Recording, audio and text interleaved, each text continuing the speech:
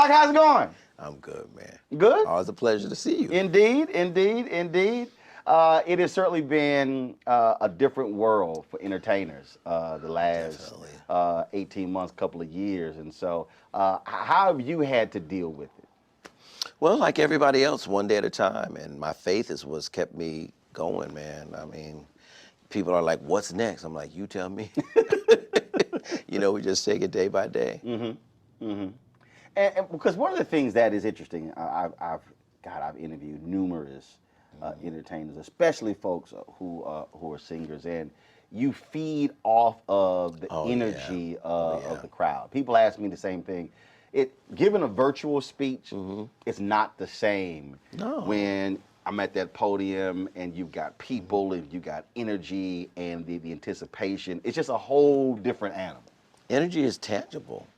It's when you don't do it, you don't realize how much, but it's tangible. Like when I'm on stage in certain places, you can actually feel the love, the energy coming back to you. So it's tough. One of the hardest things is making an album, but making it feel good in the studio, when it's just you and a mic, and no lights, and no wardrobe, and no crowd.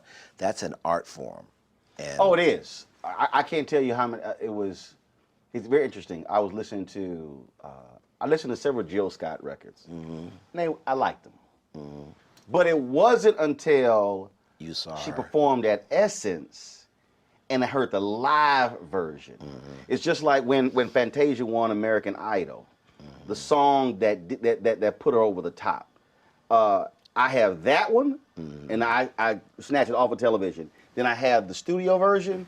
It's hard. It's just a whole different feeling, whole different vibe, which I think is part of the reason why there's so many gospel albums are live. Because you capture the spirit, and that's Mr. Martin. It used to be my daddy. I'm Roland. Okay, just respect.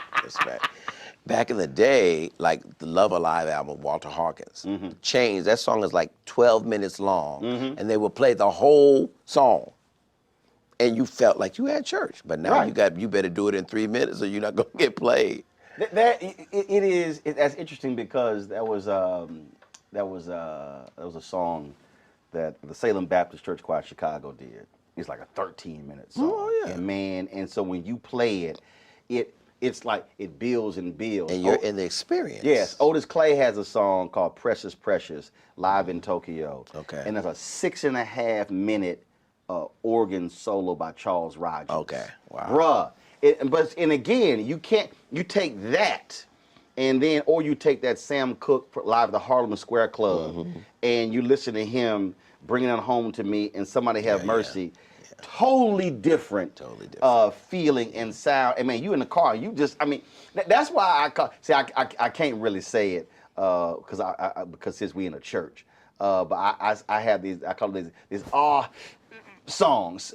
What songs for you, whether they're gospel, whether they're R&B, whether they're whatever, that when it comes on, that's to make you just oh yeah, it just hits you. There's a lot of them. There's a lot, and I was talking to someone the other day. I was hearing the song "Stand" by Donnie McClurkin. That song just has God's hand on it. It's something about that song, like it just does it. And there's so many songs like that. But as to back to your point, it's such a difference with no audience. I mean, I hate it, honestly. I don't like it, but I thank God for it. Right. And the medium of television allows us to still have church. I've not missed one Sunday at my church, but because of on camera. But this coming up is going to be our first Sunday with people in the audience. Yeah. So. Okay, so you said Stand. I love that song. Give me a few others that, again, when it comes on, I don't care what mood you in. I don't care where you are. You could be on a plane. Well, believe it or not, somewhere, and when it hit, man, you just like, I don't care what y'all think. Yeah. I'm just about to go. Believe it or not, because I'm a gospel singer, but Ella Fitzgerald is like, hands down, the greatest singer of all time. Really? To me. So whenever I'm anywhere and I hear her voice, I'm like, that's Ella. She's phenomenal. She's perfect. Perfect. See, I think that is when we talk about music, there we talk about art is art. So you Yeah, obviously you definitely. have movies, you have television, you have artwork, but I don't believe that there is any other art form that can match the emotion, the intensity, the I mean, no matter what mood you're in, no matter where you are, whether folk can speak the language or not, music is just the most incredible art form. Whether they are spoken words or whether it's just music or whether the whole thing is just a hum. Yeah, definitely. Definitely. We have a large amount of success in Japan. And I met a guy, they called him Little Kurt Carr. Now, so you know he's short if they call him Little. Yeah, that'd be funny. They call him Little Kurt Carr. He was 6'5". No, he's shorter than me. But this guy knows every single song that I've ever done. Wow. And can't speak any English. I said, you know the whole language if you put all them songs together. But it was just phenomenal to me, amazing. But like you said, music transcends generation, it transcends culture, it transcends everything. We were talking about Nigeria and gospel. Yeah. When I was in Ghana in 2008, I've been to a whole lot of Holy Ghost filled church experiences in the United States. Yeah. But bruh, They put us to shame. bruh. I'll never forget Mr. Woo! Martin. We were in Nigeria for this thing called The Experience. It was 200,000 people. And it wasn't a rainstorm, it was a typhoon. A typhoon, literally, like rain I've never seen before. It was me, Donnie McClurkin, and Mary Mary, and Ty Tribbett. It was like 8 different artists. And the power went out. And they stood there in a typhoon. How great is our God? See, it was the most humbling thing I've ever seen in my life. So Man. no one could perform. None of us could perform. I think Fred sang early because he had to leave and he was able to perform, but nobody, it rained for hours and they stood there. Didn't And so move, didn't leave. No, and at the very end, they had like I guess an emergency generator light said, would all of the artists at least go out on the stage to let them know that you are here. Right. And I was standing next to Erica and Tina, Mary Mary, and their hair was like matted to their face because it was that wet. And Right. they were like, Kurt, have you ever seen anything like this?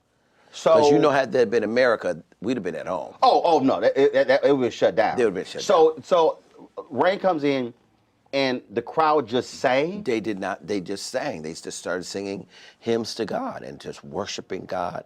And they're not worshiping him for a new car or a nice house or designer clothes. They're worshiping him because he's God. And it's humbling when you go to Africa, man. Yeah, that's They truly have a heart of worship. Wait a minute, you said it was called The Experience. It was an experience That for was us. an experience. For us. None of us sung a note, but it was something I'll never, ever, ever, ever, ever forget. See, that's sort of, I was at, what church was I at? It was a church I was at, and the pastor ended up, the choir was so lit, they were so on fire, that he never preached a sermon. It literally transitioned from praise and worship, and the experience just continued for the next hour. And he talked, and they sang, and it was just unbelievable. It happens. And the reason I want to ask that because you led the choir Fountain of Praise in Houston, and there are a lot of folk. There are a lot of preachers who are like, look, okay, enough, I got to do my thing. Right. But then there are others who understand you allow the Spirit to move, you allow God to move, and if it's flowing, it's flowing. And if the agenda gets changed, it gets changed. But that's when you're in tune with the room and the people in the room. Yeah. Well, I got my start when I was 20 years old. I was music director for James Cleveland. So a lot of people don't know that, but I learned about how to watch the mood in a room and to flow with the spirit. He was a very spontaneous man. Most of the hits that he made were things that just kind of happened. Not planned, all organic. Just like he would say, high blood, low blood, no blood at all. Like he just had the quickest wit. And I learned a lot of that from him. And then before I came to Houston, I was music director at West Angeles Church in Los Angeles with Bishop Charles Blake. And that's where the Black praise and worship movement started at his church. And so I've learned to just kind of go with the flow. Define that. What is the Black praise and worship Well, movement? before praise and worship started, we had what was called devotion, where a deacon would get up, oh, I love the Lord, he heard my cry. Well, stuff like that. Or, have you tried Jesus? He's all right. Patrick Henderson, at the leading of Bishop Blake, Patrick Henderson was the minister of music at West Angeles. He and a lady named Judy McAllister came together and took songs that they got from Oral Roberts University, a more Caucasian experience, and they took those songs and blackified them. They put some Lowry salt on them, some onion powder. They put some Tony Chachere's Creole seasoning on it. Chachere's, and Lowry salt. And the first time, I'll never forget, at West Angeles, which is a Church of God in Christ, Judy got up and said, as the deer panteth for the water, so my soul longeth I. The people was looking like throwing rotten egg like the Apollo, literally. And we just kept doing it and kept doing it and kept doing it. And now it's like you can't get away from praise and worship. Well, the thing is, look, I was born and raised Catholic. Okay. And the decision to found the church was in my grandparents' living room. And the reality is, our culture is different. How we walk and how we talk and how we act. To your point, what we retained from the motherland, the beat, the dancing, or as preachers would say, that itching foot of ours, and that to me is something that we should never apologize for. That is what makes us unique and distinct. It is. You cannot have a worship experience in Africa without them dancing. And not just dancing. It's flags. The oldest mother. It's whistles. The oldest mother in the church will be dropping it like it's hot. Just like there's no insecurity about movement. Uninhibited. And right. Ain't nobody sweat. Well, what so and so think? They like, look, I ain't here for you. And the men out worship the women. Oh yes. It's almost shameful for a woman to out in Africa, for a woman to praise God as hard as a man. But here, men have different, refinement and everything with regard to worshiping God. But it all comes from the motherland.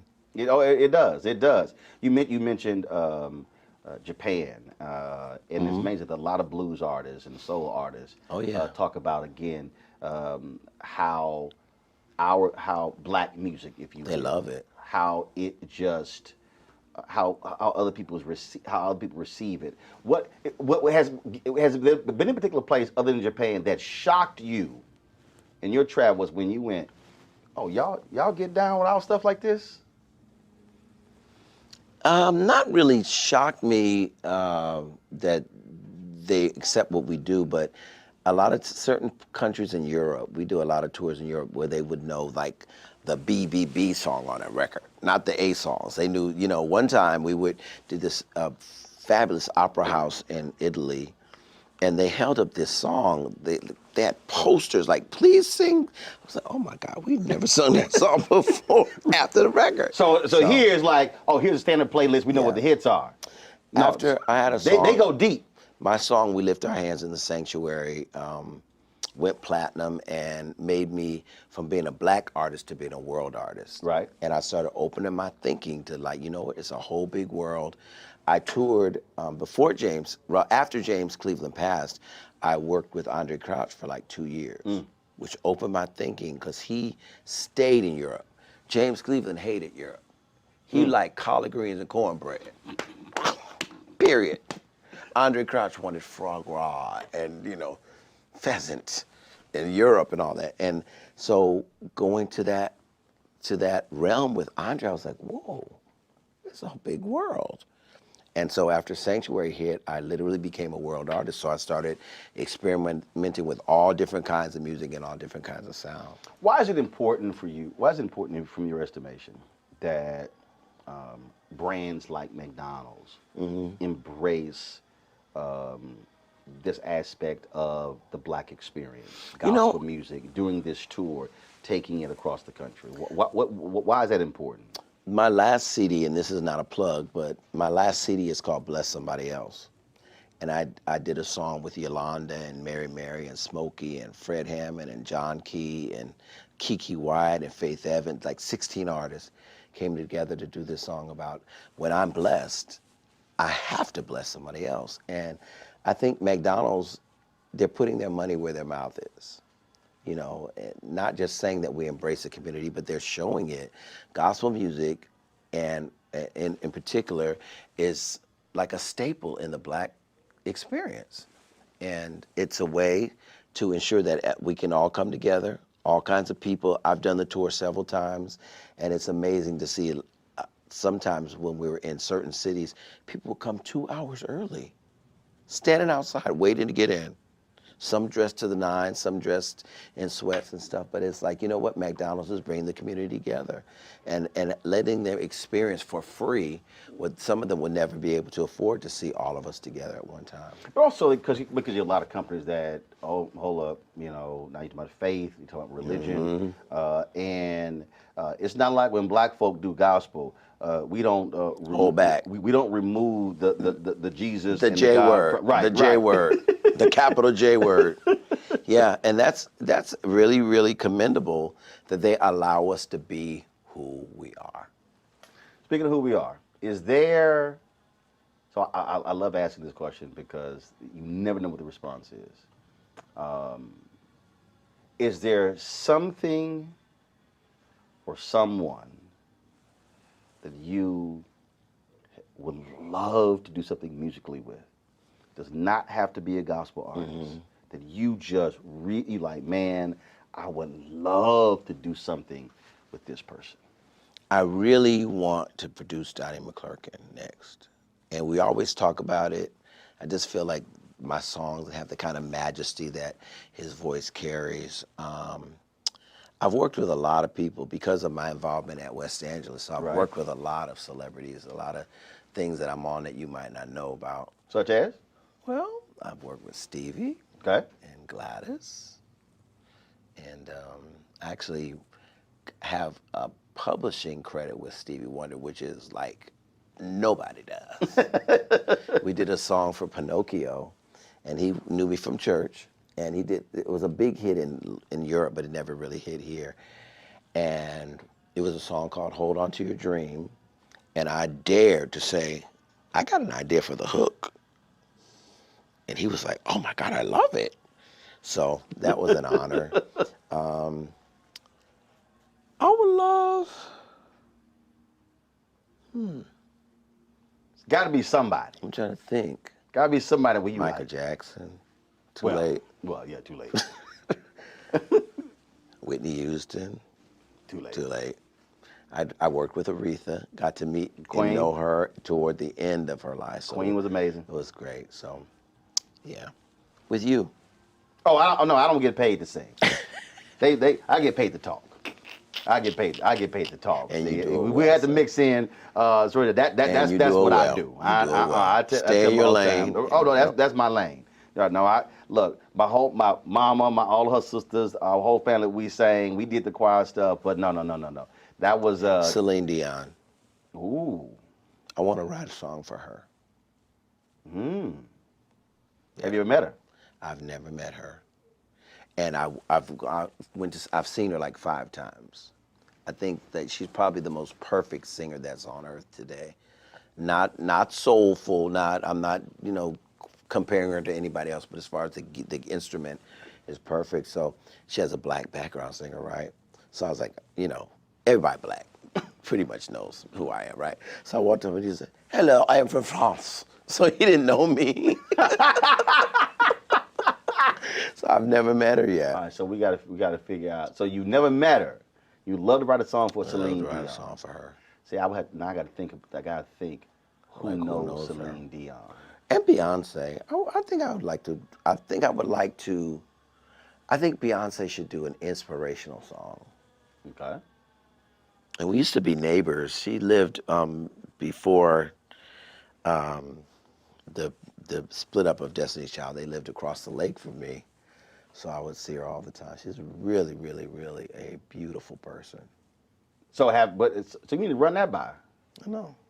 Okay. So here's the deal. So Steve Payman is her COO of the company. Okay. So I'm gonna hit Steve. Cool. Then I gotta would figure love out. that. I gotta figure out who knows Celine Dion. I don't know. Maybe Lionel Richie knows Celine Dion. I gotta figure that one out. Okay. So we'll see. We make that arrangement. There you go. So we can make that arrangement. Last question for you. And that is, And I'll buy you a African outfit. ain't no thing. Ain't no thing. I'll fly you to Africa and pick one out yourself. That not a problem. That ain't a problem. I'm gonna figure out who knows Celine Dion. Yeah. I'm gonna figure out who knows Celine Dion. I'm trying to think who else. Who else would be in that space? Yeah, I think Lionel Richie probably. Out of all people Probably I know, so. Probably so. Lionel probably knows Celine Dion. He probably knows Celine Dion. What you think? Y'all think that? Hold on. Let me do this here. Let me see what time. I don't even go ahead and since you trying to challenge me, Kurt Carr. You trying to challenge me. So I don't know what. I'm gonna see if you know. It was the Clark sisters, but I just did them. Clark sisters. Yeah, I have a new song with them that's about to come out. I'm gonna see if Lionel pick up the phone. So if he don't pick up the phone, we're gonna shoot a video. Okay. We're gonna shoot a video, and that'll do it.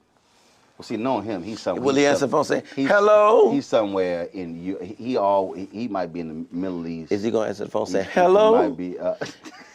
Is it me you're looking no. for? He will answer. He will answer. What up, frat? Lionel Richie's an alpha. Yes, I know. All right, we're gonna do this video right here. Cool. Okay, so Lionel, I'm interviewing Kurt Carr. Hey, Mr. Richie. So Jesus is love. and Jesus is an alpha. He's a sickness. And so we're sitting here. He says he would out of all the artists, he would love to write a song for Celine Dion. I figure out all the people I know, you probably know Celine Dion. But if you do know Celine Dion, we need to hook that up. But you probably need to also do something with Lionel. Hey, but Jesus is love too. so there you go. So let me know. Hit me back, frat. And yes, let's hook a Sigma up. Let's show. I was actually listening to the song recently. That track is great. The way it builds, it's perfect. It's a great song, timeless. Well, you let us know. You hit me back, and then we'll see if we can hook that up. I think I'm gonna bring that song back. I'm gonna do it. I'm gonna do it in church. Okay. I'm gonna bring it back. All right.